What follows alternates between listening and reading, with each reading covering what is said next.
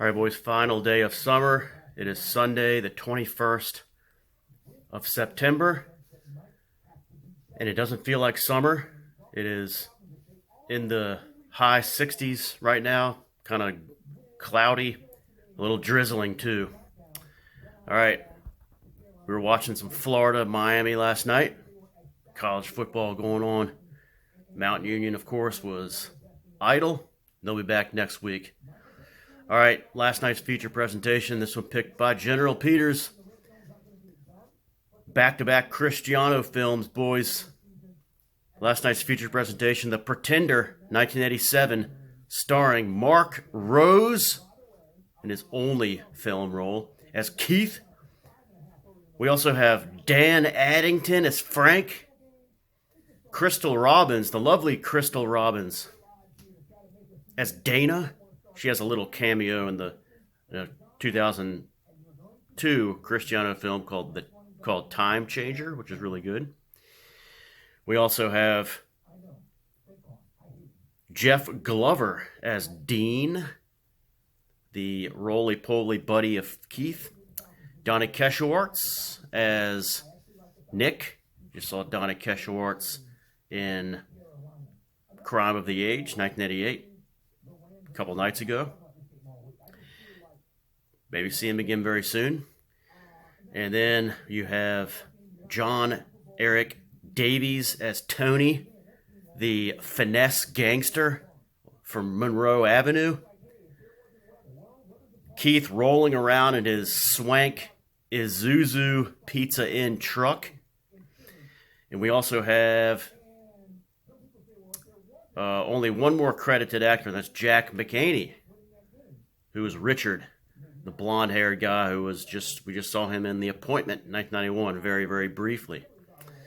All right, and we might see him again soon as a soldier in The Daylight Zone. So he was a hired gun by Rich Cristiano in some of these films. The Pretender, 1987, is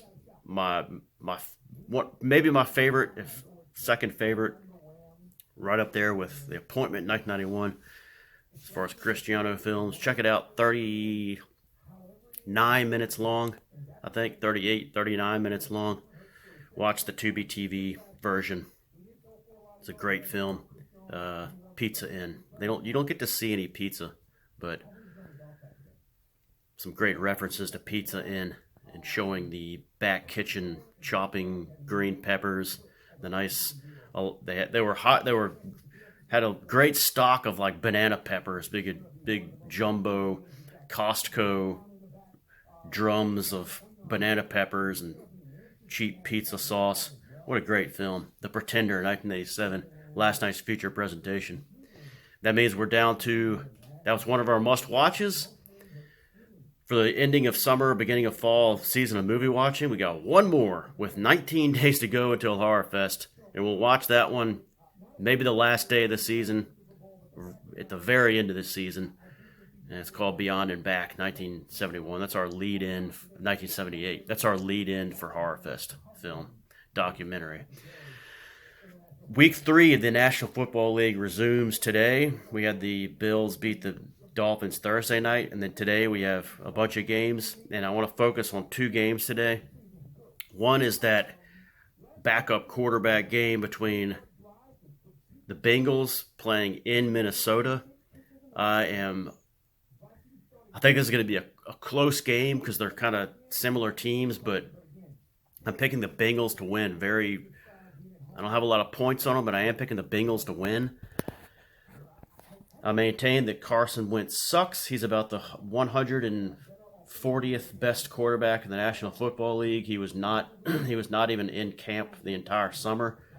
Every team has 4 quarterbacks, if not 5, during training camp. Wentz was not one of them. He was not on any roster. There's a reason for that. You'll see that today. Wentz sucks. If Wentz leads his team to a win today, and they win even in part because of him, I will eat my words. The Wentz blows. Okay? The other game is And he's going to really struggle because he doesn't have Aaron Jones to hand the ball off to today. And the line's a little shaky. The other game is that Las Vegas at Washington game. I point this one out because this is another backup quarterback game. So you have, even though, Geno Smith is a legit starter still, but he's really a placeholder. He's the best placeholder there is in the NFL. And then you have Mariota on the other side. But the thing I'm absolutely dumbfounded by is that in Pips Pick'ems today, 87% of you have Washington winning this game. I can't figure this out. I mean, I cannot figure this one out. I've got a lot of points on the Raiders. Darth and Mamba and Loyal are going to be really happy about this game. It